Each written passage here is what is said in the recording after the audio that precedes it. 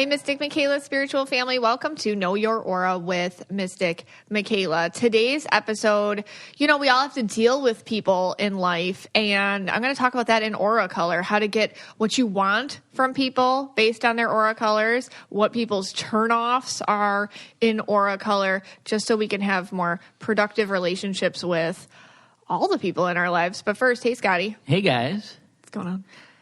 Not much. So this is kind of try to how to manipulate people, or what's going on here? It's like, I got the idea because on the Mystic Michaela spiritual Facebook group, spiritual family Facebook group, somebody said, she's a consultant and she deals with red people a lot. And she was like, I need tips. I need tips on dealing with red people. We're not understanding each other. And me, who has two reds in my home, you and Bree, and another woman who is a red aura, we're like helping her out. And so I just was like, that's funny. You know what I mean? Because we come across people in our lives we have to deal with. And maybe it's not their fault they're a certain way. It's just their aura color. So you can kind of, manipulate people. Okay. Yes. So what I gather is there's going to be some stuff, obviously, about me being a red and what I do. I mean, are we going to go purple indigo here? Because I got some stuff. I was going to tell a story about the drapes. Okay. Okay. All right. I think I know that one. All right. So I'll save it for that. But so you have free reign, have your marital issue right now, hash it out, or explain our marital issue that you have with me. Go. Okay. Well, no, I don't have any. Oh. No. Okay. All right. Well, let me think. Well, I can think of two. Okay. Oh, okay. Two. That was really quick. Yeah. You're like, nothing. Actually, 8. Yeah.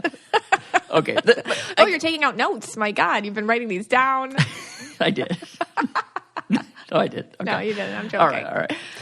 So the first one is, and again, this isn't really your fault. It's when, let's say, I know something logically. Uh-huh. And then you put your psychic take on it. Oh, my purple. Yeah. And it has no logic to it. And I just don't get it. So, let me give you an example. Let's say I'm trying to book you on a show. Right. And the person will, I write to them. They write back, oh, yeah, we'd love to have her on. This is going to all work out. It's fantastic. And then I present it to you. And I'm like, oh, yeah, you're gonna go on this. This is the date, the time. Are you good? Is everything? And you're just like, no, that's not happening. And I'm like, what do you mean that's not happening?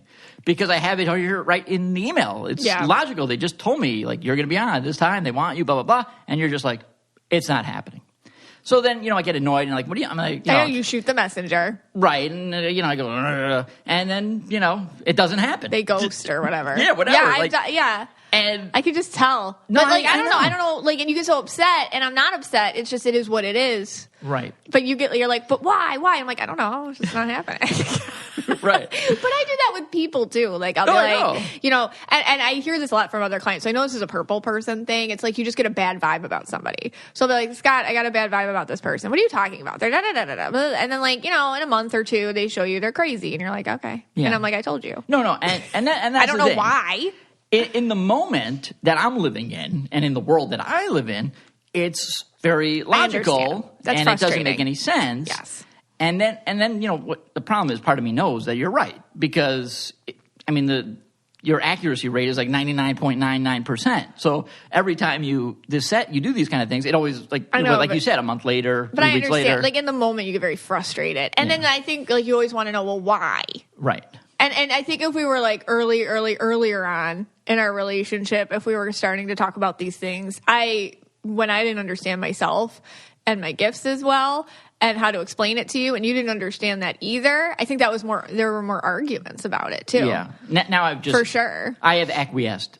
I just if you tell me no, that's not happening, I'm just like, okay. And I just accept it. So, and I move on now. But I listen to you more too, because I that would work opposite. I'd hang out with crazy, wacky people or toxic people, and you'd be like, Megan, no. Don't do that. And I'm like, what are you talking about? They're so much fun. And and I wouldn't pay attention to your red, logical, these are all the reasons why this person's nuts. Yeah. Kind of thing. And I was just paying attention to the fun things that they were feeding. That's been a journey. Yeah. So those I'm good at picking out. Yeah. I can pick those. I can smell those out a mile away. You can tell out narcissists. Yeah, narcissists, yeah. And I, have that thing where I'm, constantly attracted to them, and I'm working on it. But you're not. It's almost like you are kryptonite to them. They hate you and you hate them immediately. They really do. Like like upon first contact. Like if you want to know what a narcissist is, throw Scott in the room and they'll all tell you how much they hate Scott, and those are all narcissists. Yeah. Unless you're the narcissist. Well, at the holidays I am. Only at the holidays. On the holiday times. Only at Christmas. I'm going to Roasties. New Year's Eve. Only at Christmas. If it's not Christmas, we can trust you. Right. Or New Year's Eve. No, yeah, I mean, whatever. They know that I'm onto them. That's the thing. They know I'm onto them. My logic is too strong for them, and they can't handle it. And they try to circumvent me and get to you.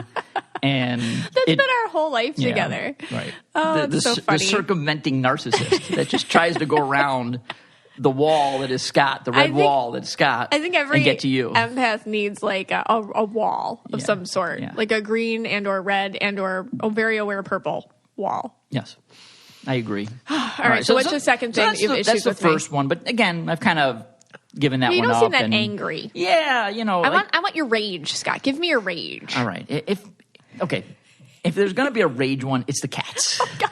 Okay, you are a cat enabler. I am. It's the cats. Okay, at one point, and I know, like, I even feel bad saying this, the biggest stress in my life was Rocky. It's true. Imagine a cat Rocky. is the biggest stress in your life. I mean, that's a good thing, actually. But no, that just says a lot about Rocky. Yeah. I mean, and it all started, and I didn't know, I didn't know I was getting into this with the cats. You didn't. Way back when, and the first one was Rowie. Okay, he was a stray. You can't even stop laughing here. I'm sorry. You're enabling. Tell the story. Okay, you even enable him in spirit. I have toxic relationships with cats. It's the only ones I'll put up with. Okay. Well, okay. So Rowie was actually a stray. Your parents was hanging out at your parents' house in Buffalo. Yeah. They didn't want him, so apparently he just showed up in my house one day. Well, they were like, "You're taking him," and I said, "Okay." Right. So we took him, and let me tell you, me and this cat were, I don't know, how would you even say it? Like, we were just mortal enemies. You were mortal enemies, yeah. I mean, he hated you and you hated him. He would, like, swat at me. He tried to kill you often. He tried to kill me. That one time with the other cat, Frisbee, that's a whole other story, which we've told. That one, yeah, yes. we told. He did. I will give him that he was not in on the plot to kill us. Literally trying to kill you. Right. Okay. Yeah, like straightforward. That's the other cat. I forget what episode we explained that. He would do he'd like get me in a corner and do this like huffing noise. He used to go he used to do that. It was weird. He would pee on things that were only mine. your things. My things only. Only your things. I mean, I'm going to admit this right now. I think you know this, but one time I had to get him back because he kept peeing on my things. He did. And I actually took his water bowl and I peed in that. Scott, that's disgusting. Well, I change that thing every day, so there's no way to suffer for long. Right. So, there was this time, like I wanted to get rid of him. And, you had him and you were carrying him like a baby. Oh my God, I remember that. You were like screaming at me like, it's me or the cat. Right. Like you said that. Like, and you weren't joking. I was not. And I took the cat into the bedroom and I shut the door and this is what I hear. You knew me longer, Megan. And you didn't leave. I guess like you didn't make good on your threat. So we kept Rowie, and he was like the best cat. 14 years we had that wonderful cat. You can't even talk about him. It's so sad. No, now Saint Rowie. Now he's a saint. He goes down as a saint. He was such a bad cat. We moved him from Buffalo to Florida. He was so good. He was so smart. Yeah, we became best friends. It's true though. I'm a terrible cat enabler. It's true. And the cat we have now, Rocky. Oh my God. We named him as a joke because somebody threw him out a car window, and a mutual friend, I don't know, I got him from somebody or whatever. Or so he was like, 4 weeks old. Somebody threw him out of a car window, and he was like this. He couldn't even eat, nothing. So we're like, oh, we're going to name you Rocky because you're so fragile and little, and you're going to fight through this. Well, he was fine. Like, he turned into an absolute psychopath. No, he's a psycho. He really is. Like, I've never met a cat more crazy than this cat. Yeah. I mean, bites, but scratches. I love him. He attacks neighborhood children. He won't stay inside. He eats animals. Like rats, mice. He did solve our roof rat problem. He did. No, but like seriously, like he's nuts, and I can't help but be this like enabler to him. Like if anybody talks to me about my cat negatively, I get more angry if somebody talks about you or the kids. Yeah. That's the truth. What is that? Is it my indigo? Because he can't speak up for himself. Yeah. And I cannot, like, you're going to take a cat personally? Like, all the neighbors coming at me. You're going to take my cat personal? Like, stay away. It's a cat. You know what I mean? You're an indigo cat lady. And then I can't handle it when people talk bad about my cat. I get really, really, really, it's the only place I get fired up. And now we have another cat. Dusty is our rescue. He's another nice. Rescue. Yeah, okay. He's got severe issues. Yeah, I mean, I think he has a brain injury or something. Yeah, he won't let you pet. If you pet him, he bites you. It's light. Yeah, he won't like sit on your lap, but he'll only go on your shoulder. He's a shoulder cat, and only while you're eating. Yeah. So like you have to be eating, and then he'll jump on your shoulder. He gives affection that way. Yeah, and he won't leave, and he'll kind of like hit you in the face with his face. Well, Brianna and I bought sensory toys from Amazon, and he loves them. Okay. So I think he has some sort of developmental issue or something. I will say that the one thing about Dusty that I do like is that he's kind of like Rocky. He scared Rocky away. Yeah. Because I think Rocky thinks he's crazy. So Rocky will go each other off down on his own more now. So Rocky doesn't give me the stress that he used to. So I think you're scared because, like, I won't say no to cats. Like, if somebody drops off a cat or whatever, I'm on the waiting list for a pregnant cat to foster. Okay, that's not happening. Yes, it is. No, that's not happening. I'm waiting. I want to give a pregnant cat a foster home. Okay, if that happens, we got to get rid of the other two cats and the guinea pig. No. So this is all right. So there you go. It's not as. I mean, you look more sad. Like if it was between the cat and you're not sure. There is no blue in me right now. It's all red. All right, so that's your anger with me. So those are my two things. Yeah, those are my two. Fine. All right. Well, we got some sponsors today. We always thank you guys for honoring our sponsors by using the links with our show. All right, so this episode is brought to you by Magic Spoon. We are a cereal family here, kids. All of us. I think that's from you, Scott. You genetically gave them the love of cereal. Me too. And the cats love it too. The cats, they do. They love Magic Spoon. Everyone loves this. Rocky, Dusty. They like the cereal milk. So, yeah, growing up, cereal was one of the best parts of being a kid. But most of us had to give it up because it was full of sugar and junk that you really shouldn't eat, or you had to switch to, like, what are those bad fiber cereals that nobody wants to eat? Well, Magic Spoon is different. It's a hit. It has all the flavors you love, but without the bad stuff. There's 0 grams of sugar, there's 11 grams of protein, and only 3 net grams of carbs in each serving. There's 4 flavors: cocoa, fruity, frosted, and blueberry. It tastes amazing. Honestly, it's too good to be true. It's keto-friendly, gluten-free, grain-free, soy-free, low-carb, and GMO-free. So go to magicspoon.com/KYA to grab a variety pack and try it today. And be sure to use our promo code KYA at checkout to save $5 off your order. And Magic Spoon is so confident in their product, it's back with a 100% happiness guarantee. So if you don't like it for any reason, they'll refund your money. No questions asked. That's magicspoon.com/KYA and use the code KYA to save $5 off. And we thank Magic Spoon for their yummy cereal and sponsoring our podcast. We have a new sponsor today. Oh my gosh, this one was such a treat. Such a treat. Brooklinen. Oh my God. That we are actually doing this episode from the bed. We won't get out of bed. We won't. They sent us all the sheets, the blankets, everything, and then since they've sent it to us, we have not left the bed. It's wonderful. Yes. Brooklinen. It's been 14 days. You won't see me make the bed often. I am a purple, but with Brooklinen, I'll make it just because it looks nice now. So Brooklinen was started by Rich and Vicky, who also tried to find beautiful home essentials that didn't cost them an arm and a leg. And when they couldn't, they founded Brooklinen as the first direct-to-consumer bedding company. They work directly with manufacturers to make luxury available directly to you without the luxury-level markups.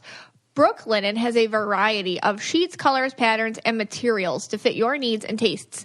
Brooklinen has over 50,000 5-star reviews and counting, so they are confident you will love their products. They even offer a money-back guarantee.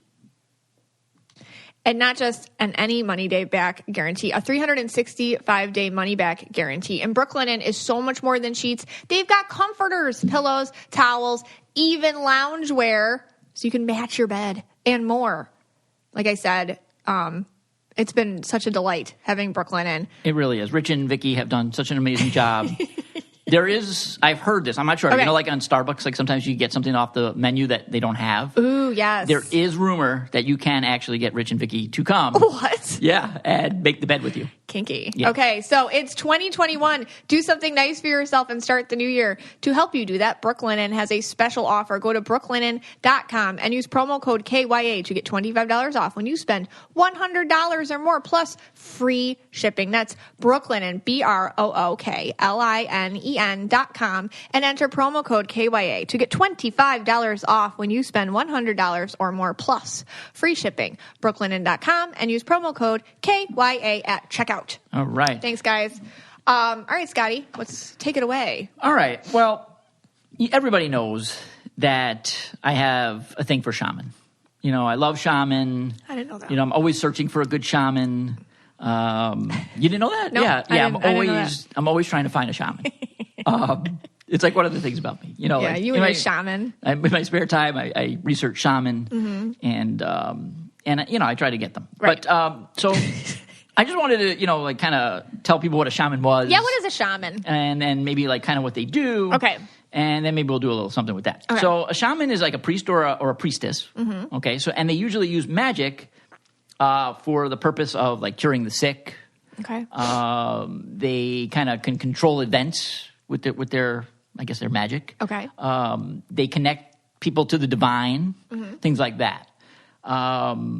They can access spirits, you know, from the other world. All right.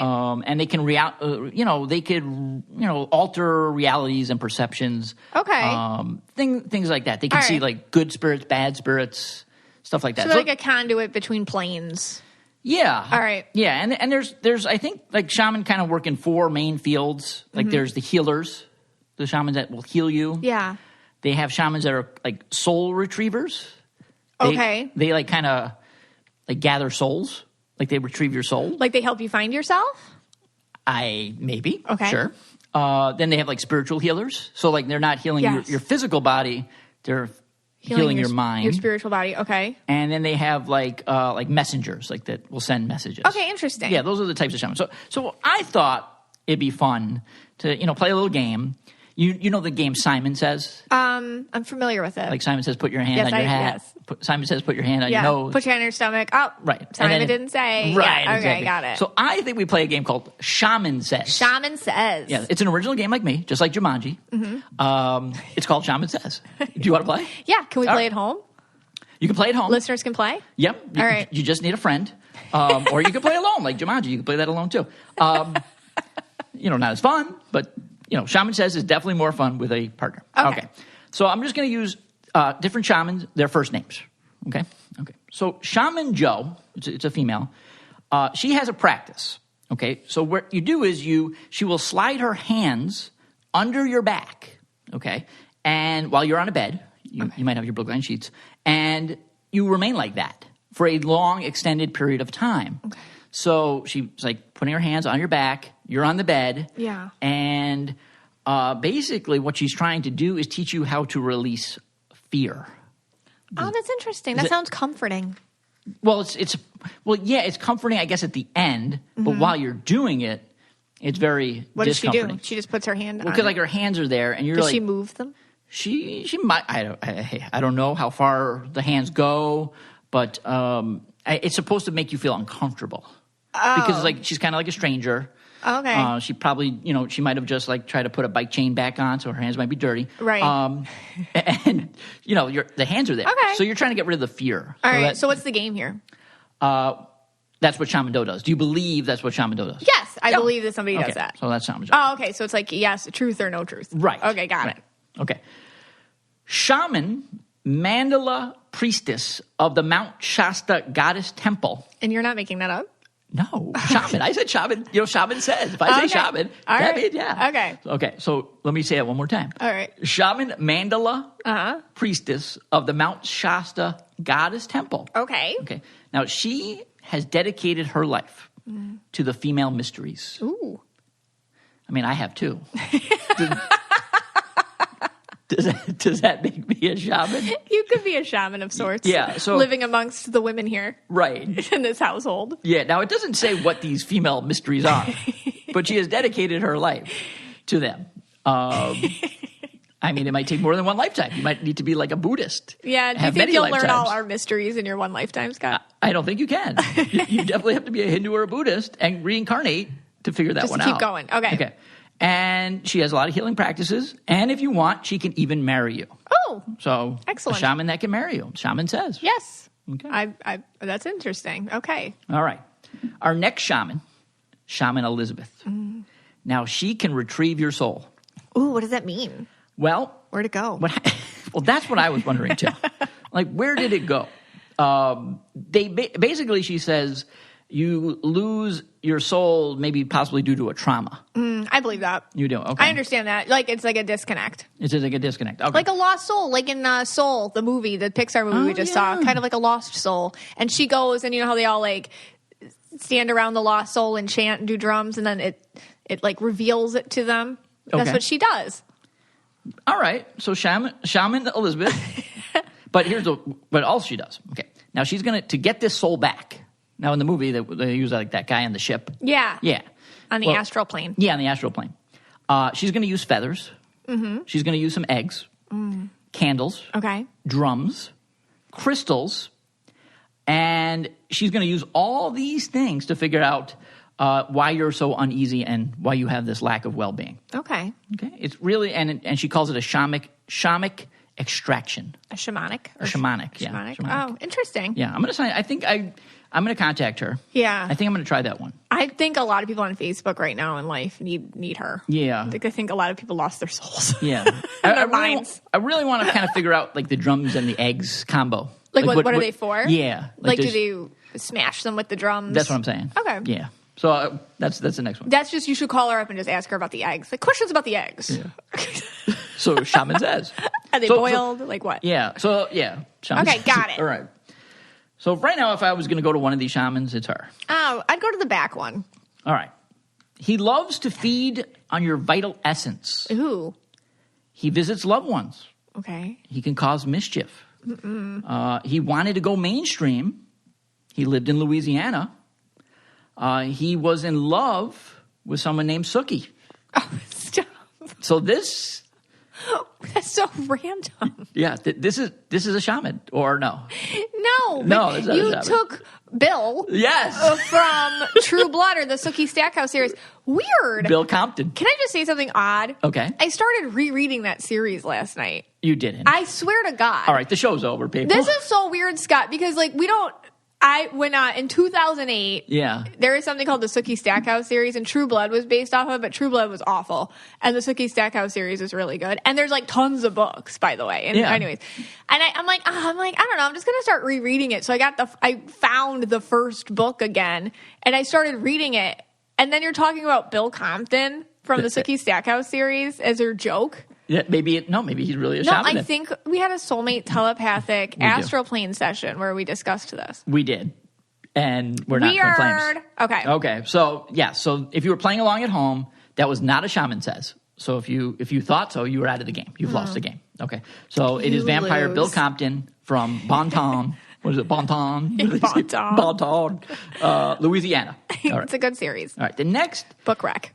Yes, is Shaman Jake Angeli. Now, he says you dress up in a fur hat with horns, you paint your face red, white, and blue, and you storm the United States Capitol building. That's that QAnon shaman. That's the QAnon shaman. Crazy person. Yes. Okay. And also eat vegan. Make sure while you're storming the Capitol, make sure you have vegan treats with you.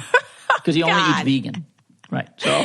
Got it. Shaman Jake. Oh. Shaman says. Gross. So all right. So if you do that, okay. I don't think we should lump him in with any other shamans, honestly. Okay, so take him off the list. All right. I'm still going with Elizabeth and the eggs and the drums. I don't know. I like Joe. Oh, you like Joe? With the hands on your back? Yeah. Okay. Because we've been in bed. That's why. It's comforting. Yeah. We've been in bed for 14 days. I love she's trying to release fear from people. I think that's lovely. Yeah.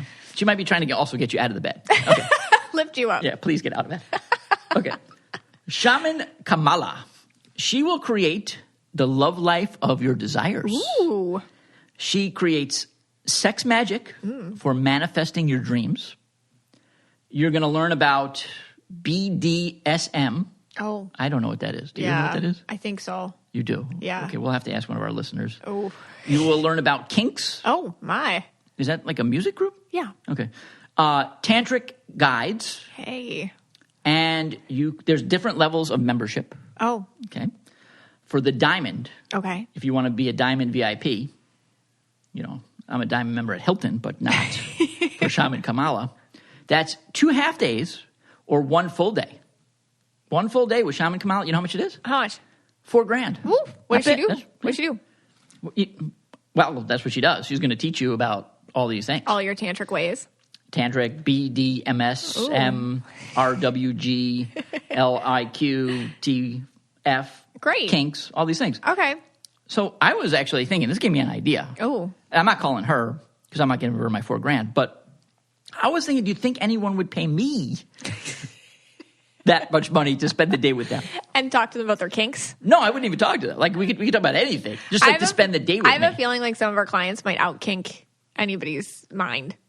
Yeah. Like, if you're going, you're spending $4,000, like, you have some serious, Yeah. You're serious about this. I mean, I know people would probably pay $4,000 to spend the day with you.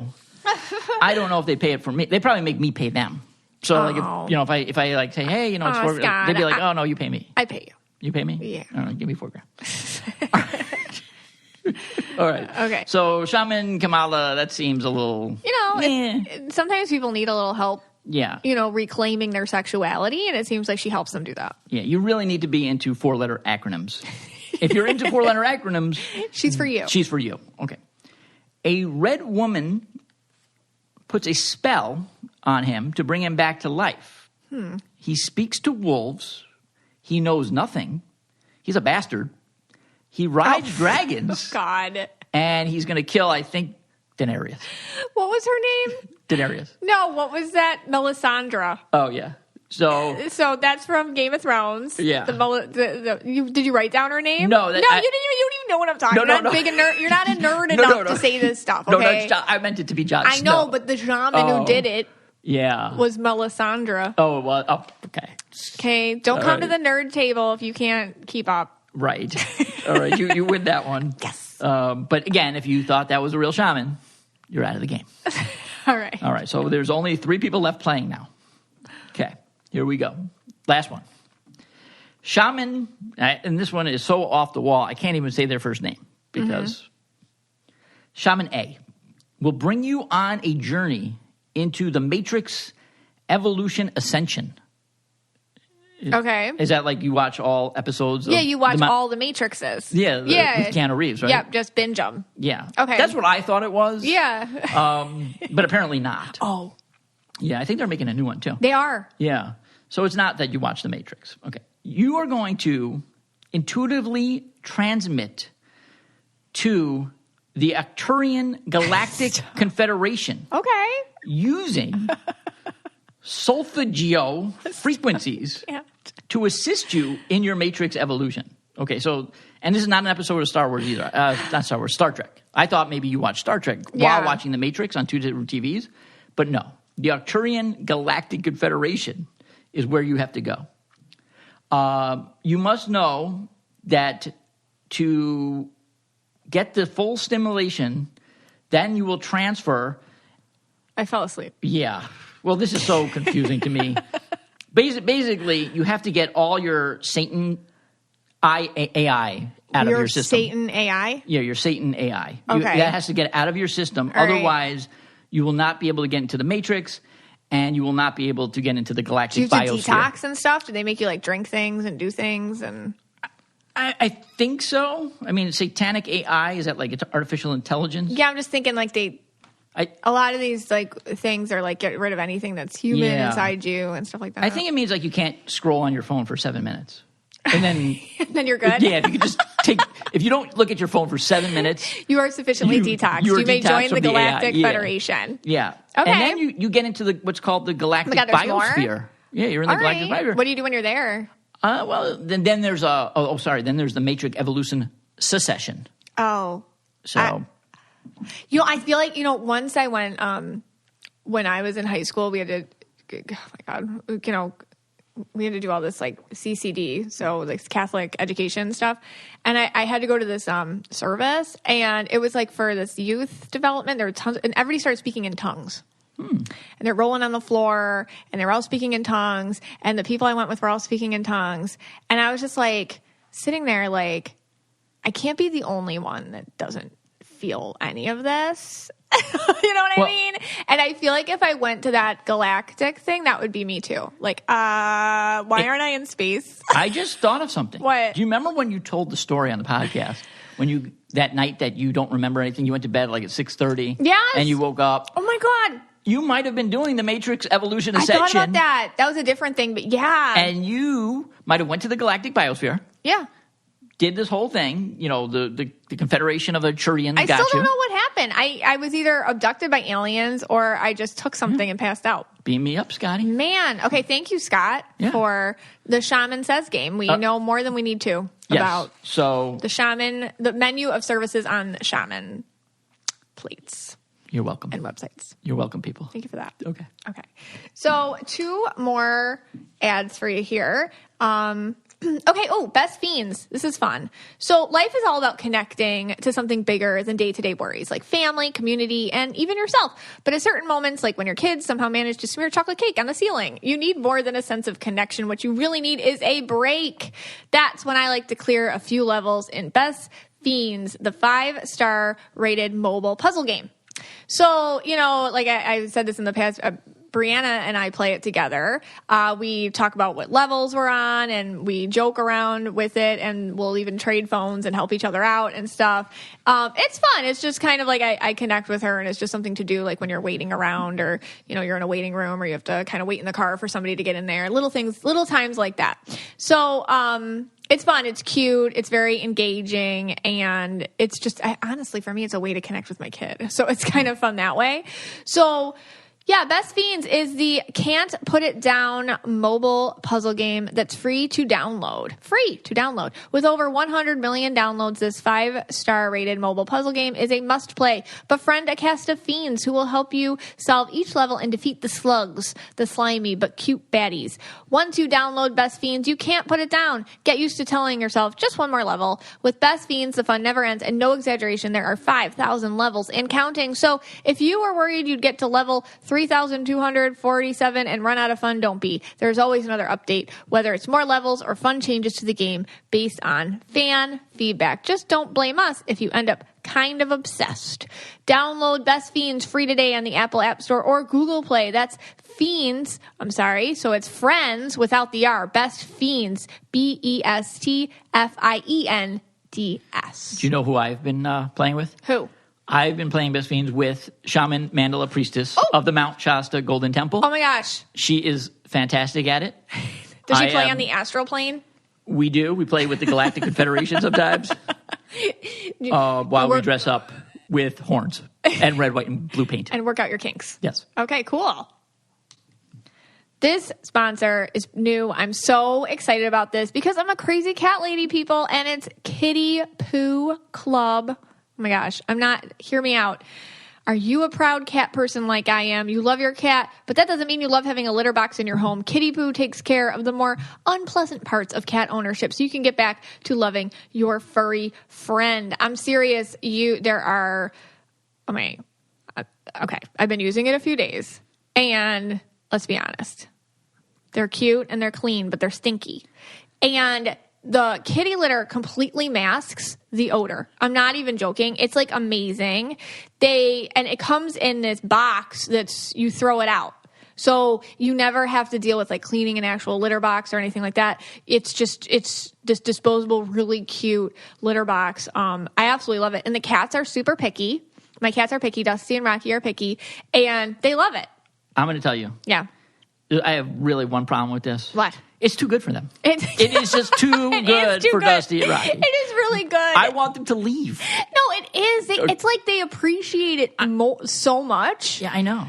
Because they're so elitist, and this really fits their elitist attitudes. No, we're making it too hard for them to go. Kitty Poo Club is an all-in-one litter box solution designed to be convenient for you Every month, Kitty Poo Club delivers an affordable, high-quality, recyclable litter box that's pre-filled with the litter of your choice. The boxes are leak-proof, eco-friendly, and have a fun design for every season. Right now, it's ski slopes is the design. When the month is up, just recycle the box, and Kitty Poo Club will automatically deliver a new one to you. No changing used litter, and no more cleaning the box. You can customize your order based on how many cats you have and what type of litter they prefer. And Kitty Poo Club has a no-risk guarantee, so you can easily customize or cancel your subscription anytime. So give yourself the gift that keeps on giving the whole year, a Kitty Poo Club subscription. Right now, Kitty Poo Club is offering you 20% off your first order when you set up an auto ship by going to kittypooclub.com and entering promo code KYA. Just go to kittypooclub.com and enter promo code KYA to get 20% off when you set up auto ship. That's kittypooclub.com. And don't forget to enter promo code KYA at checkout. Dusty and Rocky. These two highly cats, recommend it. Yeah, they are manifesting. They're manifesting their best life. They have you, their private concierge. Fight all their battles for doing them. Everything for them.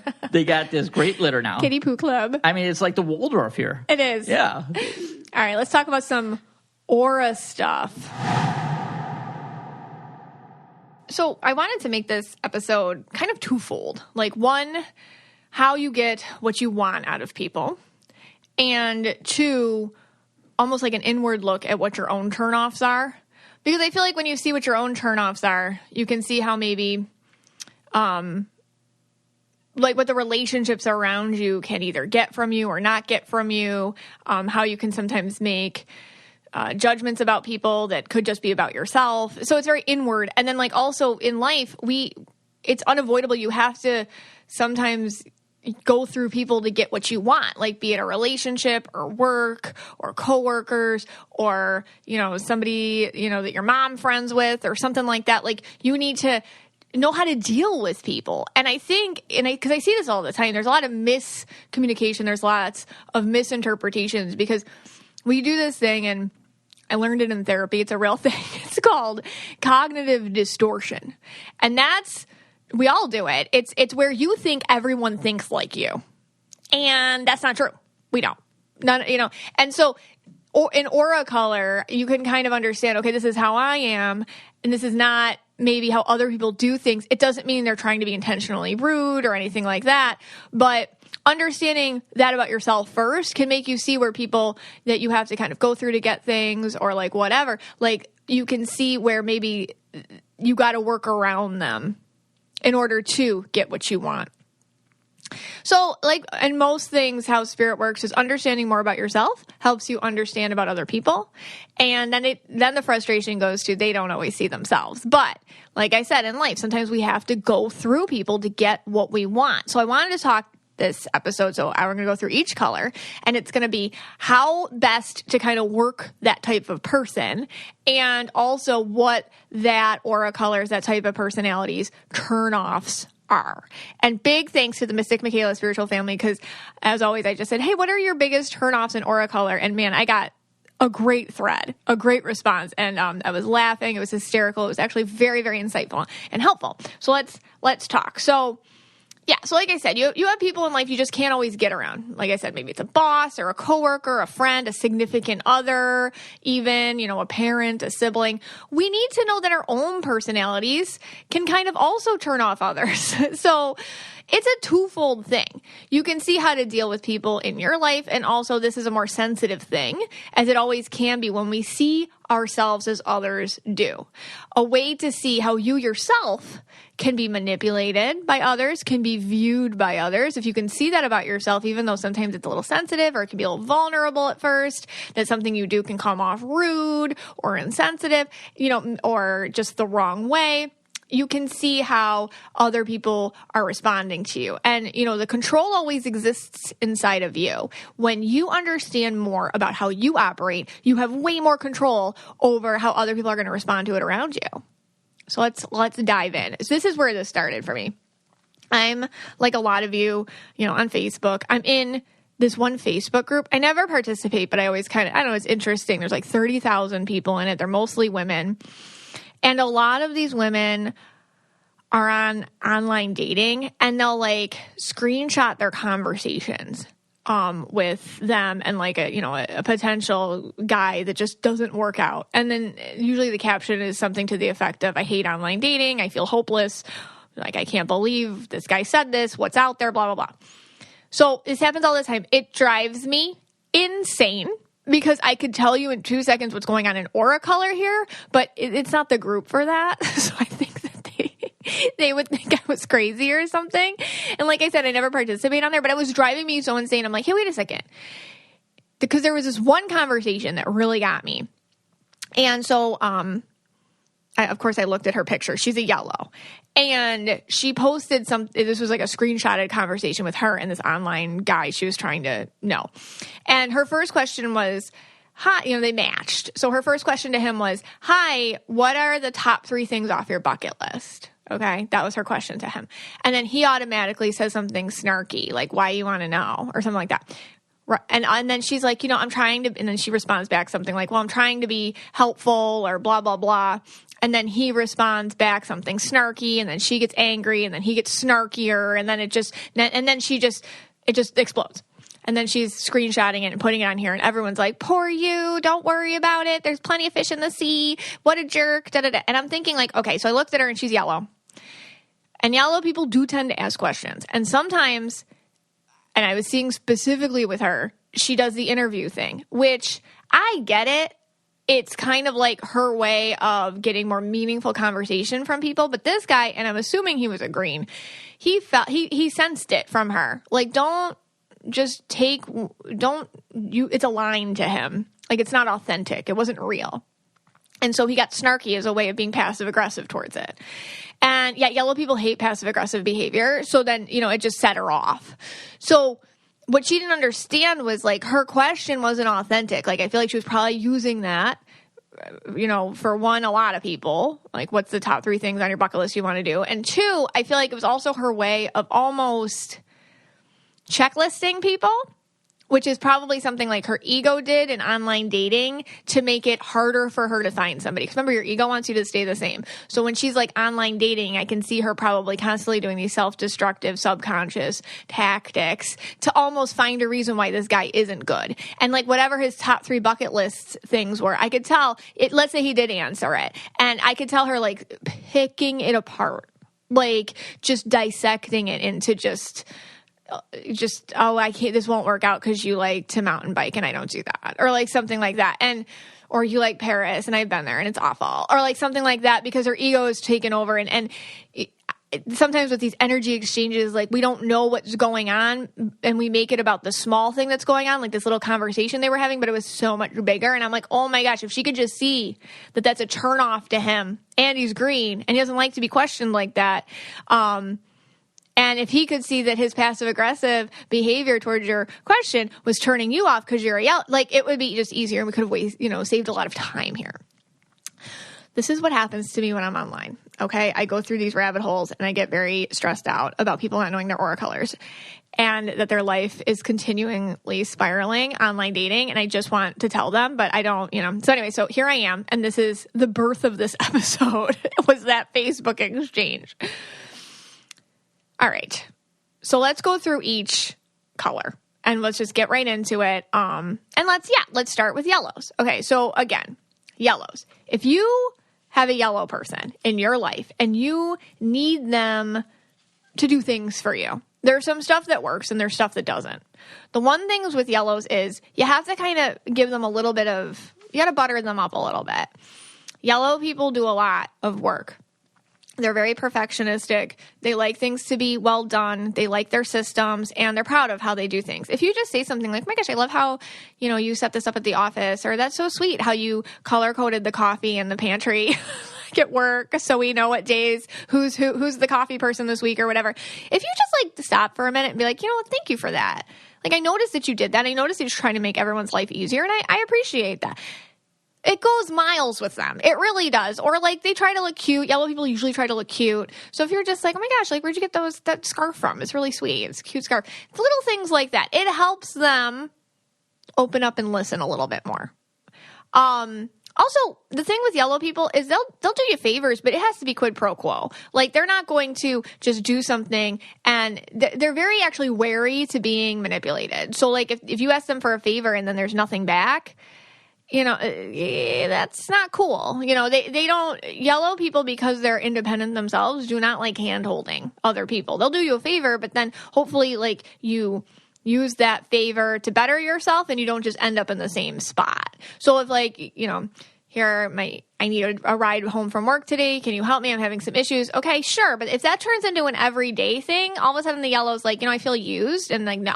So a little thank you gift goes a long way with a yellow. Quid pro quo. Like, what can I do for you? Also, yellows, you know what?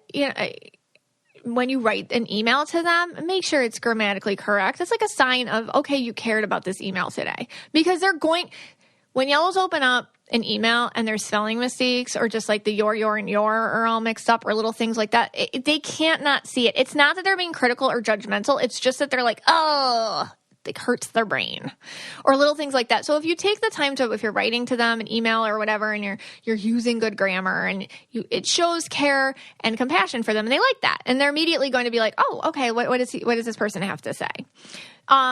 Looking nice and presentable, goes a long way with yellow people. Again, yellow people tend to see things that the rest of us don't. They see details, and so details can really irk them. And so if you pay attention to the details for them and you kind of want something from them in return, it's nice to try to make sure that they're not turned off by you. So, like, looking presentable, and and also with yellows, they're very into consideration. Be on time, be considerate, use nice language, bring a hostess gift. Okay. Do like the social protocol things, do things that are polite. You're a gentleman, pull out their chair, things like that. It means a lot to the yellow people. Be clean. Don't be eating messy with crumbs all over their nice carpet and not say anything about it. Like, not offer to clean it up or whatever. They like reciprocation. Yellow people do. Like, they'll do for you, but they don't want to ask anything in return. They just want you to kind of do that. So gestures are very appreciated by yellow people. Thank you notes go a long way. Sometimes, like, just with yellow people, they kind of want to do it anyways. So if you need something from a yellow person, if you just kind of say it and then also let them know you'll step completely out of their way to finish it, they're like, okay, this is better. Because, like, they don't mind doing things. They just don't want ever to be told how to do it. So, because these are their turn-offs. One of them is micromanagement. So these are their turn-offs now. If they have a task, they just walk away and let them do that. Like, just trust that they're going to do it fine, just the way they're going to do it. Walk away and just expect to see it when it's done. Do not get in on their system. You'll lose them.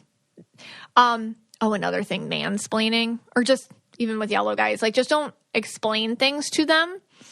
Don't mansplain. Like, they get it. Yellow people, like, when you tell them something, they get it. Sometimes they don't always have a facial reaction. Yellow people, they'll just absorb. I understand. That's it. I've got it. That's why yellow people get sometimes a reputation for being cold. They don't even know they're doing it. It's just when they hear things, they take a minute to process it first. Doesn't mean they're mean or cold, even though some people can take it the wrong way. And if you're yellow, you have to kind of understand that about yourself. Sometimes your active listening or your emotional responses are a little bit hesitated or paused versus, like, the blues or the purples or the indigos, who are immediately like, oh, like, big facial reactions, big noises. What's going on? Oh my God. Like, yellow people aren't, they take a second. And their big thing is, like, if you explain something to them, they get it. They don't need you to keep going. It pisses them off. So don't do that. Mansplaining. Not having receipts. Big turn off. So they don't want you to say something that they can back up with proof. And then, let me explain. So, like, for example, let's say, oh, I didn't call you back because I was driving at that time. Okay. You better expect, there's many examples of this, but you better expect that the yellow will look up what your driving distance was, the time of the call. They'll look at some calculator, some mathematical precision, some algorithm, and they'll figure out how you are lying. They will figure that out. There's no way at this time when I called you. Like, just be honest. Because the thing with yellow people is they trust that they have the receipts and they will bring them up. They do not enjoy being lied to when they are such fastidious detectives. So if you're going to say something, it better be true, because they do not expect them not to come back to you with receipts. So I guess don't expect them not to say what they already know to be true, because they just happen to, like I said, they have an eye for detail. They're really good they do detective work. It's just natural to them. So you can't really get away with a lot with them if it's not true. So yeah. So have your backup, have your receipts if you're going to say something. Make sure you know that that's true what you're saying, or you can back it up. Like I said, a turnoff is a big thing. People that don't reciprocate gestures, that bothers them. Just pausing here, yellow people, different aura colors have different amounts of turnoffs and different amounts of turnoffs. Yellow people probably have the most that I can, only because, like I said, they have attention for detail more than other colors. And it's not a bad thing. They can have more boundaries more than other colors. So but if you're yellow, purple, or yellow, blue, when we talk about purples and blues or indigos or whatever your counter color is, your other color is, that's where you're going to have to watch it. And sometimes you got to lean on this color. If you're yellow indigo, for example, lean on the yellow so that people can't manipulate you. And also where you can be self-aware. But continuing with yellow, because they just notice more. So they have a little bit more in the turnoff department. Rude behaviors out in public. No. Do not do that. Do not swear loud in public. That's not nice. Don't come to dinner looking sloppy at a nice place. They do not tolerate you being rude to service staff, waiters, etc., any of that. You be polite and normal, and you act appropriately when we're out. You'll see that too, like yellow moms with their kids. Oh, they are sitting, and they are good little boys and girls at that dinner table because it's how yellow people show care, compassion, and consideration for the people they're around. Here, I will act appropriately so you can enjoy your time and I can enjoy my time. It's just how they are. So that's a big turnoff if you come and you're sloppy and you're being rude or you're being demanding or whatever. Dependents, they do not like dependent people, because yellows are independent people who can do things for themselves. Because honestly, they see that as a sign of love for others. It's a sign that yellow people show consideration and care. You don't have to worry about me. I got it. That's their way of showing love. So I don't know, it's your mom. Hey mom, I made this doctor's, I got it. I make my own doctor's appointment. You do not have to make doctor's. I go myself to my doctor's appointments. You do not have to go. If that's a yellow mom, okay, that's her way of trying to make sure you don't worry. That's her way of showing love. Now, if you're the blue kid, you're like, oh my God, why am I being rejected? Why is she rejecting me? See, it's a miscommunication, because that's how yellow people actually show love, by being very independent. But to the empaths in the yellow's life, it can be like, why are you putting a wall up to me? So see, it's like a miscommunication. Do not try to manipulate them. They do not like that. Don't even try. They will shut that down. Yellows also cannot let stuff go. Like I said, passive-aggressive behavior. They can't let it go. They just can't. You lie to them, you're passive-aggressive, they'll call you out. And also yellows with passive-aggressive behavior. Growing up, for example, my sister's yellow and my dad's green. So he would do things like, my sister would have little things that she liked the way they were done, like laundry, for example. Like she liked it done a certain way. And my dad, being green, liked it done a certain way, but his way. So he would mess with her. And it was as the indigo in the house, it was so stressful, because she would be so upset. He took out my clothes too quick. He didn't use cold water, and she would do it herself, but he would mess with it just to bother her. Oh my God. It was like World War III. And you can't do that to yellow people. Just let them do things their own way, and just let them be. Otherwise they get anxious and upset, and then they really don't like you. So it's just not good. All right. So that's yellow. That's a long one, but I had to make it. I had to go with them first. Because like I said, that conversation with the yellow person asking the green what the top things off his bucket list were. Come on, he doesn't like that, because let's talk about greens. So you have a green, somebody in your life you want to get something from, okay? You need them to be on your side. You just need life to be easy with them. This is how you deal with greens. 1, just ask them directly for help. If they can do it, they will. And if they can't do it, they'll usually learn. So let's say I don't know, you want to this is my life. You're like, I don't know how to like work my water heater or something. Ask the green neighbor. He'll come right over. I'll fix that for you. Or like I'm in Florida, so hurricane shutters. I have my green neighbor. The first time I never put up hurricane shutters before. I never understood how to do certain things in the house when there's a hurricane coming. My green neighbor was happy to show me. Here you go. Do this, do this, do this, do this. They love to help. You ask them and they love it. They will definitely help you if they can. They do that. All right. So ask them directly, but you have to listen. So when they say something, don't be like, but what if I do it? Nope. Listen to what they say and just say, okay, got it. Don't try to be like, what if I do this way? Or I don't want to do this. It's like, why are you asking me for help? This is exactly how you do it, because they're very particular. So you have to listen to them and the advice that they give you. Yeah. All right. Maybe this is my own tactic. But if you want a green person to do something for you, maybe you have to make it seem like they know better than you. Which honestly, most time I've ever asked a green person for something, that's true. So I guess what you don't want to do is be like, oh, I totally know how to do it, or I could look it up on YouTube, but I'm just going to ask you. No. Just be like, hey, you know how to do this. You're the expert. Can you please help me? Right there. Just be vulnerable to their knowledge. It's okay. They like that. They'll help you more. You know, maybe using words like, I need your expertise in this. I'm not quite sure how to do this. You know, this isn't clear to me. Can you please help? You starting that way. The vulnerability makes them more willing to help. Because they kind of need to be the expert, you have to acknowledge that a little bit. So kind of buttering them up, like, oh, thank you. I wouldn't have been able to do this if you didn't help me.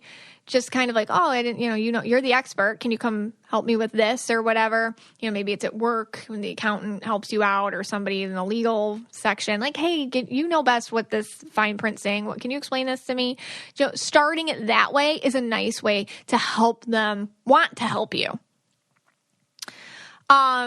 Like, don't lead it. Don't try to get them to fit in their box. Like, again, they hate interviewing questions. They don't like answering questions about themselves emotionally. So maybe, like, skip that part. Turn-offs with greens.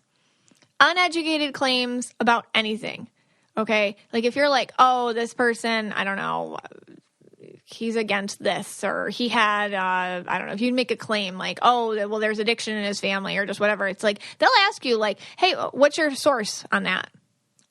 How did you research that? Cite examples. Be prepared. If you have an opinion, or if you want to say something, or if you have like, oh, I heard this happen. Oh, no. They will ask you for your sources. They don't like idle gossip. They do not like everybody just saying a free-for-all, like, oh, I think this, I think that. Opinions are okay. But if they start to sound like fact, they will say, hey, wait a second, let's talk about that. Or if you make some sort of like claim like, oh, climate change isn't real. Oh, hey, wait a second. Let me just pull this up. Actually, and it's not rude. They're not trying to fight with you. It's just they'd like a discourse now. Now you got them going. Now you're going to get the discourse. And they will not let it go. So yeah, turn off is if people just make blanket claims about things without proof. Because they want the proof. Green people live in proof. They like the proof. Big turnoff for green people. They're not willing to learn something, or they're not willing to do it correctly. I think like, and back just with green people and being kind of more engineer brained or independent, or they enjoy a challenge. Let's say, you want to, I don't know, retile the bathroom. You better, let's learn to do this. Let's learn to do it correctly. Let's get the right tools. Let's not just, half-ass it. Let's do it 100%. That is very much a turn on to a green versus a turn off when you're just like, I don't want to do it the right way. I'm just going to do it my way. I'm just going to wallpaper over the paper. Oh my God. Don't stress out the green people. That's what I would do. Wallpaper over the wallpaper. No, we have to steam it and get the right tools and No, that will turn off a green. Does not value $1, okay? Or they're wasteful with like resources or things, or they just throw things out. Green people, they don't like waste. Like, let's see how we can salvage this. Let's see what else we can do with it. Let's store it in our garage for years until one day we might need it. Inconsiderate to things that represent respect. Okay, like this is the neighbor that is not super cool with your dog peeing on his lawn. Okay, some people are like that. You're purple. You might be like, hey man, lawn's lawn. Okay, there's raccoons peeing on your lawn. Why can't my dog pee on your lawn? Green people might have an issue with that. They might think of it sometimes, like with green people, the lawn is an extension of the carpet in their home. And even though like I don't relate to that, like I respect it. You know what I mean? So like that's a turn off to them. So if you want the green person on your side, you have to do things that they understand or you know, are respectful to them. And one of them is like maybe not eating in their car, or I don't know, you're in their office and you know, you sit in the correct seat that they have for you. Things like that. You have to kind of use their frameworks. Otherwise, it's a big turnoff. Let's move on to red people. Okay, so I have a red husband, and my eldest is red. So I know lots about reds. Lots about the red people. Red people, everything has to be their idea, which is super annoying. And it can take time. So timing's everything. So you can like drop an idea and then walk away from it. And then they'll figure out a way to make it their idea. And then it'll happen. Now, I'm not saying you have to put up with this. I'm just saying that like if this is a person you have to deal with in your life for some reason, this is the best way to deal with them. I'm not always, like, I just want to make it clear, I'm not always condoning all this behavior. I'm just saying that this is kind of generalized ways like different aura colors work. So red people, and I will share with you a marital story. We have vertical blinds we live in Florida. The sun sets directly against our house at 4 p.m. like every day, you know, depending on the time of year, like around then every day. And it is hot as Hades, like in our TV room. And you need the blinds. Well, I don't know, like 10 of them broke off. So we have a very crappy looking vertical blind situation right now. And it's not that hard in my head. There's this guy in the neighborhood and he comes and you just call him and you're like, please fix these. And he comes and he fixes them. And it's not a lot of money. Okay. And it just happens. And if I were handier, I'd do it myself. If my red husband were handier, he could do it himself. Like if I had a green, okay, maybe they'd just go do it.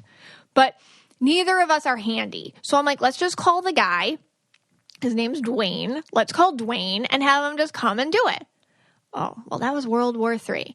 Megan, we can go to Home Depot. We can figure it out. Like, hey, you can figure out. I don't know how to do any of this. Okay. So like, I'm totally cool with calling Dwayne. Maybe it's $50 more than if we do it ourselves. I don't care. Let's just do it because it's hot as hell in my TV room. All right. So this is our fight, right? So anyway, month goes by. All of a sudden, nothing happened, by the way. Like, we went to Home Depot. We didn't know how to do it. We went to Lowe's. We didn't know how to do it. Like, you have to cut them to the right size. I don't know, all this stuff. I'm like, whatever. We let it go. It's still there. All of a sudden, I come down one day from readings, and Scott, my red Scott, says, I called Dwayne. I'm like, what just happened? You called Dwayne? That was my idea like a month ago.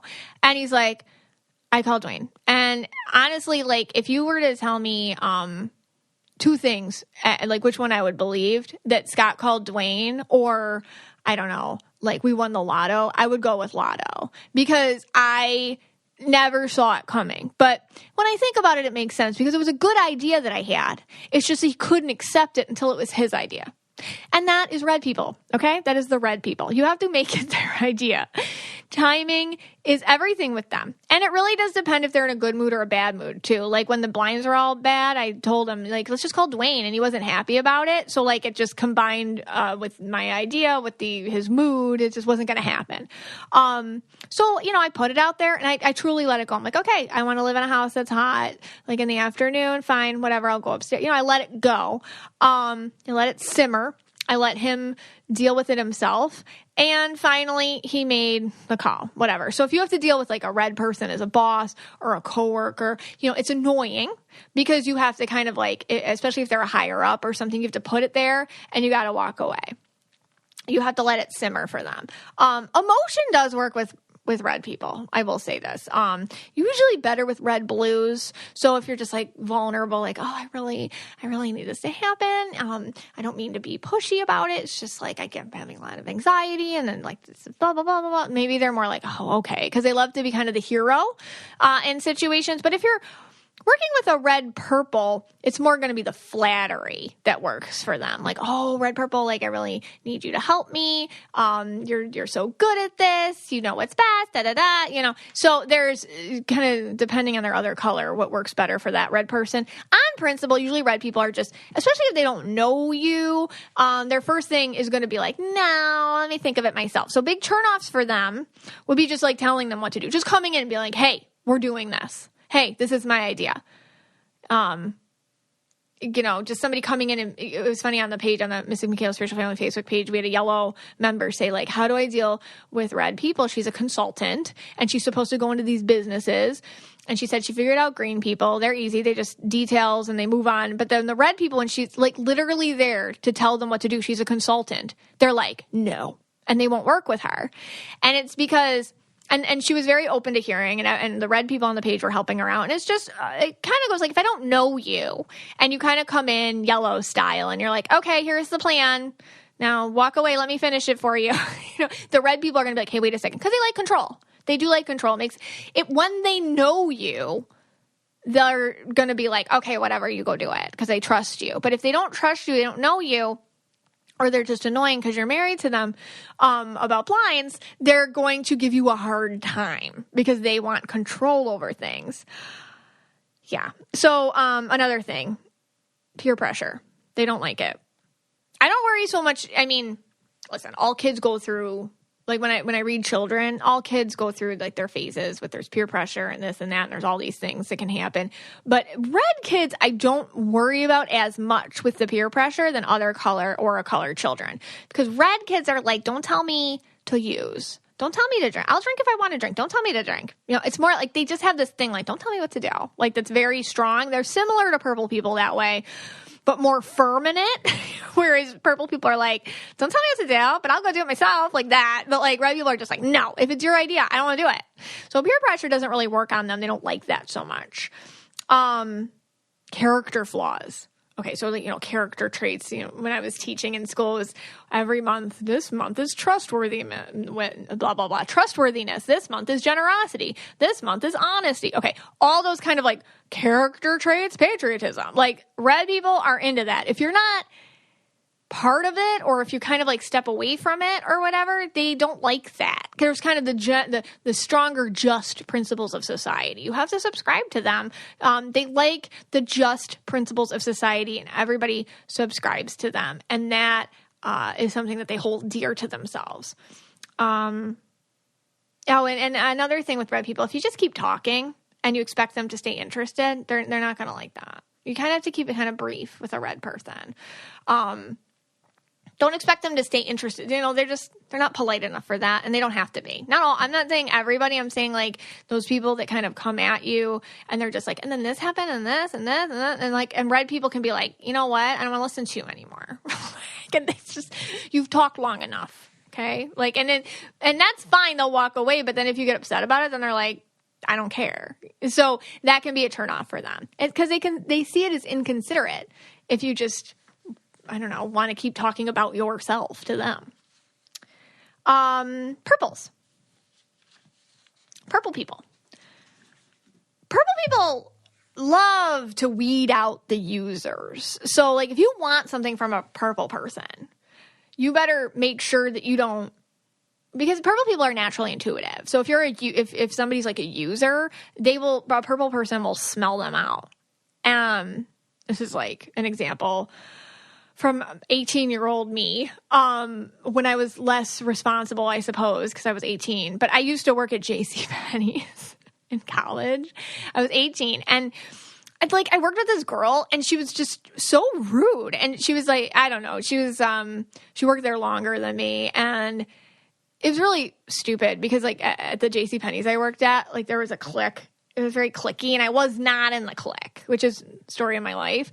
And whatever, I wasn't like, I worked, I was in the juniors department, and I worked, and I left, and that was it. But I wasn't part of the clique. And I knew that, like, there was this clique, and they would, I don't know, it's really sad. Like, they'd go eat lunch in the food court together, and I would just eat it in the back room by myself or whatever. And this one girl, she was particularly always rude to me. But one day she comes up and she's like, can you cover me for my shift? You're like amazing. And da-da-da-da-da. Can you just do this? Because I have this place to go and this and that. And man, I had built up so much just quiet resentment for her because she was always like excluding me from their food. This is so sad. Their food court clique and just like, you know, talking in the break room and just little things that they would do. And I was like, yeah, sure. I'll definitely do that for you. I'll definitely cover for you. Did I cover for her? No. I purple bombed the whole thing. I quit JCPenney's. I quit the day I think like 15 minutes before I was supposed to cover for the shift. I'm not proud of this, okay? Like I've grown, and I realized that what I didn't do is stick up for myself with my words, because I was too fearful of confrontation. So I purple bombed it with my actions instead. So this is like, I realized this was wrong. But I did at the time. I can't deny it. I got such satisfaction from knowing that she still went in and she missed her thing she was supposed to go to. Because my friend went in and she said that I had to miss this, but your girl, Megan, she didn't cover for me and then she quit. Well, I was more purple back then, and she pissed me off, and she was a user. And so I purple bombed as a punishment. Am I proud of this? No. Was this completely wrong? Yes. Do I actually feel bad about it? I totally do, because it was awful of me to do that to her, but that happens. You know what I mean? Like if you're purple and if somebody's trying to manipulate you as a purple, they smell you coming and they can't be manipulated by it. And they'll do something not only not to just say no, but to get you back too. So you got to be careful with the purple people. They're trickier. So it's better to be honest. Because, like my husband says, like when you're dealing with purple people, you're not dealing with actual logic. You're dealing with their logic. So it's true. It's like, you wronged me, and now I'm going to get you back somehow. All right? You don't know when it's coming. You don't know what it's going to look like, but it's going to happen. And that's so purple. Like, we got our ways. Purple people can be touch and go, spontaneous. So if you're dealing with one, you have to understand that. And purple people do not like to commit to something in the future. So you have to also understand that and not press them, because the more you press them, the more they're not going to want to do it. You may not know what to expect with a purple, so you have to kind of think how they're thinking. You have to get in their head. Flattery helps, but you cannot go overboard. Just like with that girl with me, like she was nice to me. It was too little, too late. You know, I knew you were fake. You didn't mean it. You just wanted something from me. And it actually made me more angry than if you continued being the same.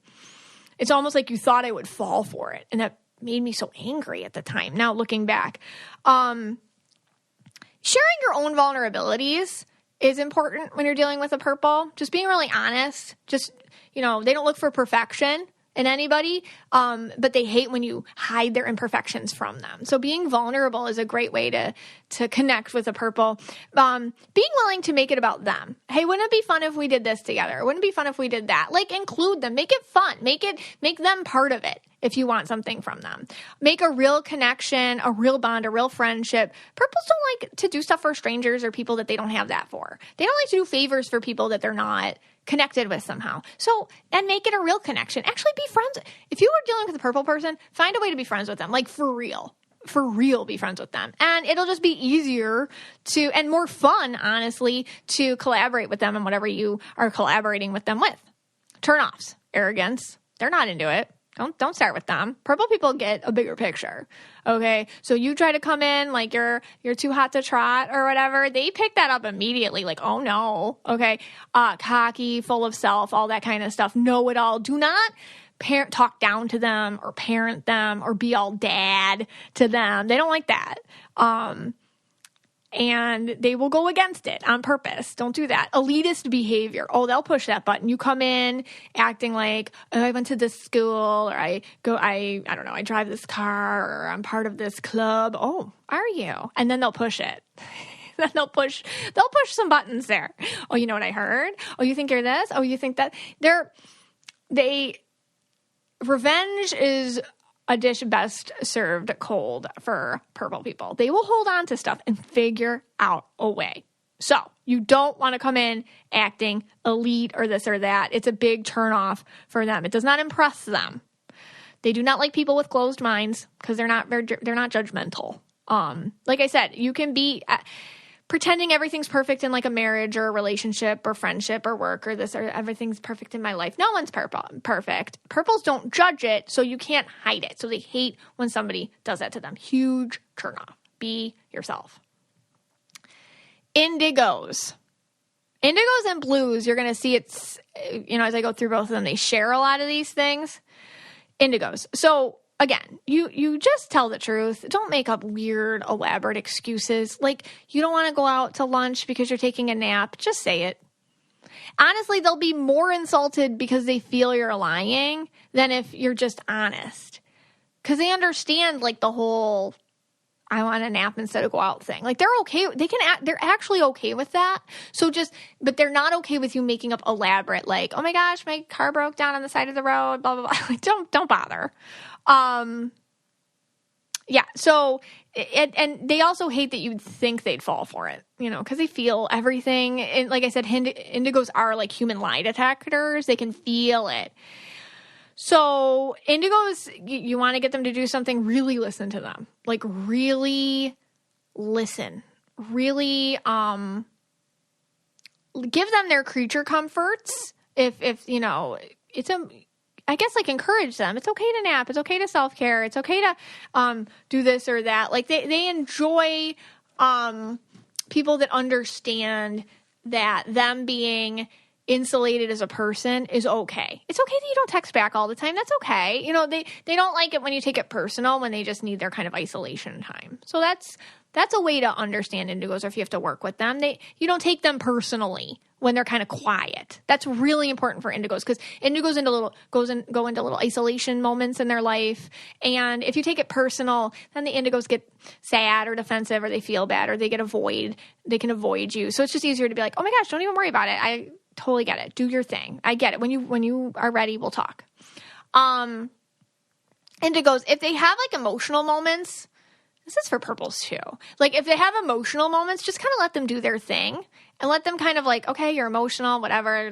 And usually they'll come back around to you, because indigo people can feel bad. So after maybe this is a friendship or a relationship or something, and your indigo person has a rant, like an emotional, like, I don't know, I feel this and this, and I'm just having a moment and whatever, and it's all coming out right now.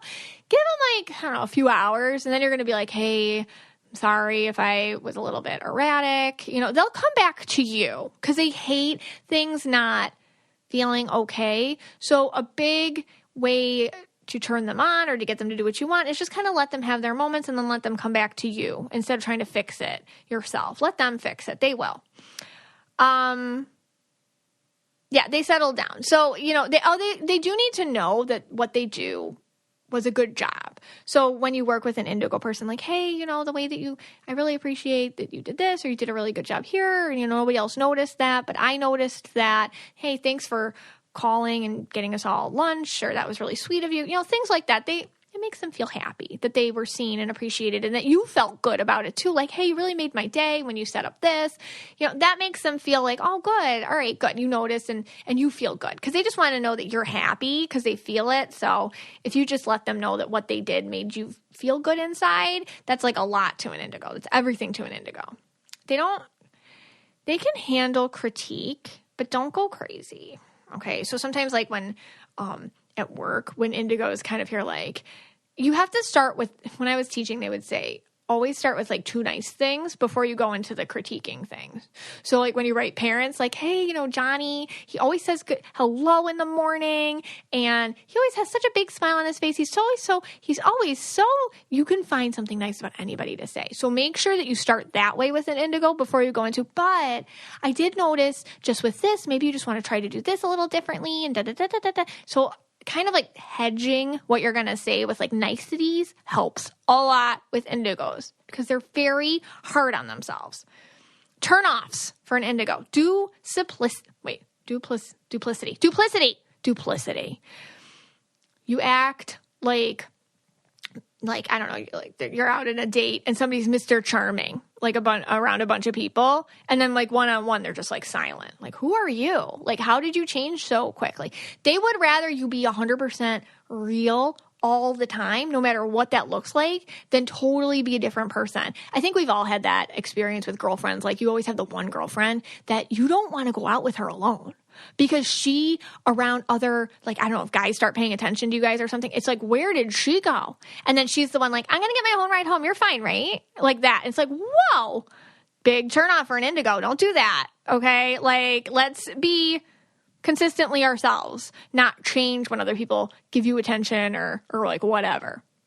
Because loyalty is a big thing with indigos too. You be loyal. We come together, we leave together. We don't do this nonsense like where I have to like understand that I don't need a boyfriend, so you're going to be like that. Big issues.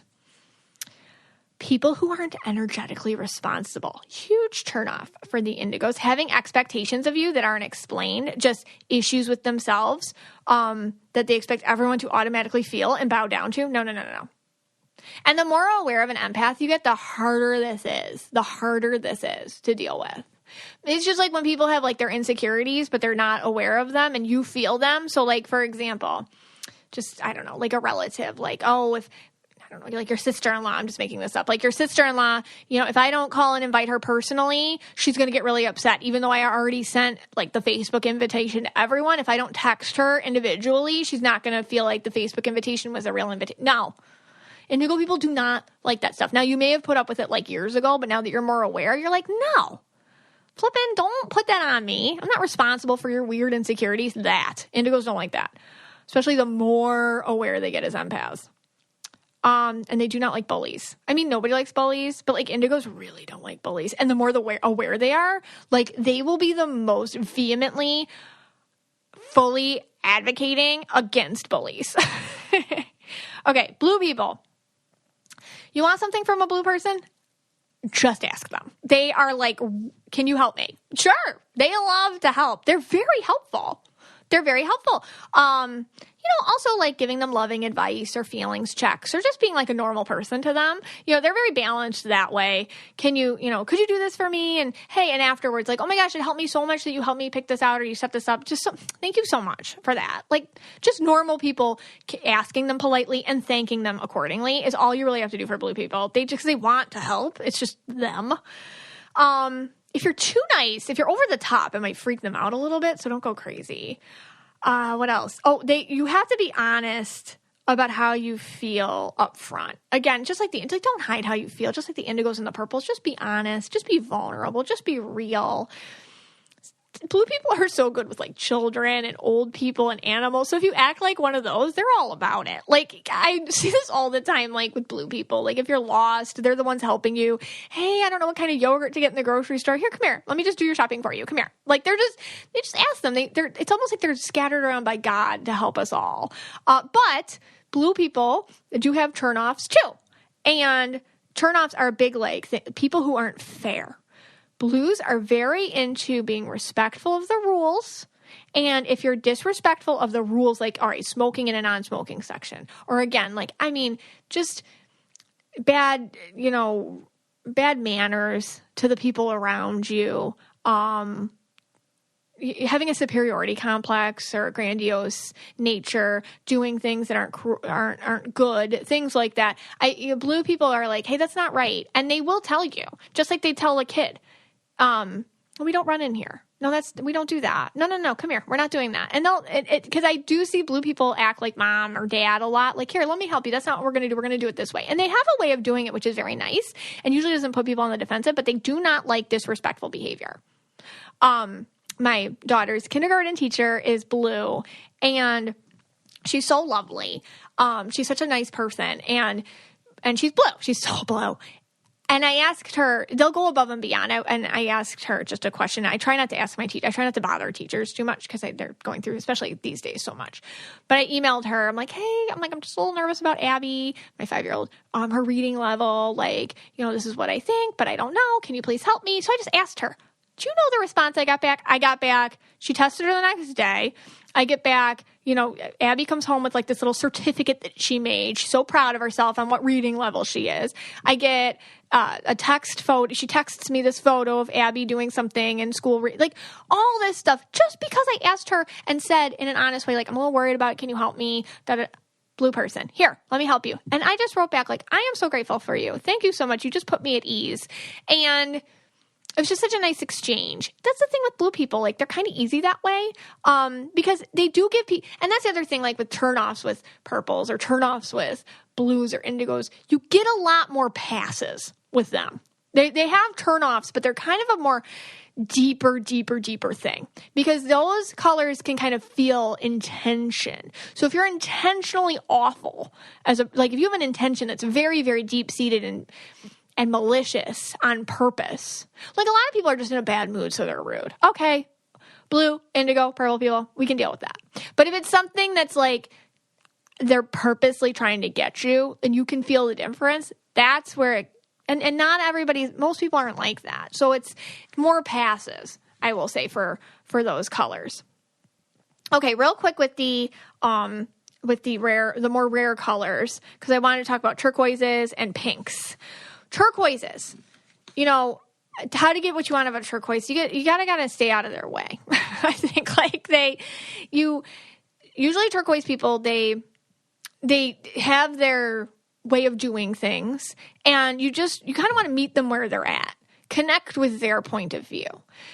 Turquoise people have very big hearts, very big feelings. So if you're inconsiderate and you don't own that, they can have a very, very strong reaction to it. So a big thing with turquoises just in general is if they tell you something like, listen, I feel this and this and this and this, sometimes it's explosive at first. You wait, so let's let it settle and then let's talk. Just be like, you know what? Believe them and be like, I understand how you're feeling. And I'm sorry that we're having this conversation. Let's make it better. Just meet them where they're at. Don't try to make them, don't try to tell them that they're wrong. That's not going to help a turquoise at all. And actually, it's going to make it a lot worse. So meet them where they're at. That's a big thing with turquoise people. And then pinks, you have to kind of have fun with pink people. Buy them cute things. It doesn't matter how much money you spend. Just here's try. Like, I got this funny sparkle nail polish for you. Like, they love that. They're kind of like kids that way. Big turnoffs for pink people. If you're cheap, if you're a party pooper, and if you're a meanie. It's kind of like dealing with a 6-year-old. But no offense, pinks. That's why we love you. Because you're like kids. You're like big kids. So if you're like just kind of like low vibe, like meanie, like they don't like that kind of, like, be fun. Let's connect on this joyful level. And if you can't do that, it's like, ugh, big turn off. Can't play with you. All right, guys, I hope this helped. This was just fun. It was just kind of a fun go through of everything. I hope it gained you some insight, some help with how you can deal with people in your life moving forward. Thank you guys so much for listening today. This podcast is for you and about you. I appreciate all of you so much, and you all take care. If you want to be the most interesting person at the cocktail party, well, hop on over and listen to the Brain Candy podcast. Our award-winning content will have you laughing while you're learning. We read all the best articles, books, and studies, and keep up with new TV shows, documentaries, and pop culture, and then we cram it all into 2 shows a week. Conspiracy theories, cannibal rabbits, unsolved mysteries, the history of the Walkman. There's something for everyone. The Brain Candy podcast. Find our link in the show notes. Or simply search for the Brain Candy podcast on your podcast app.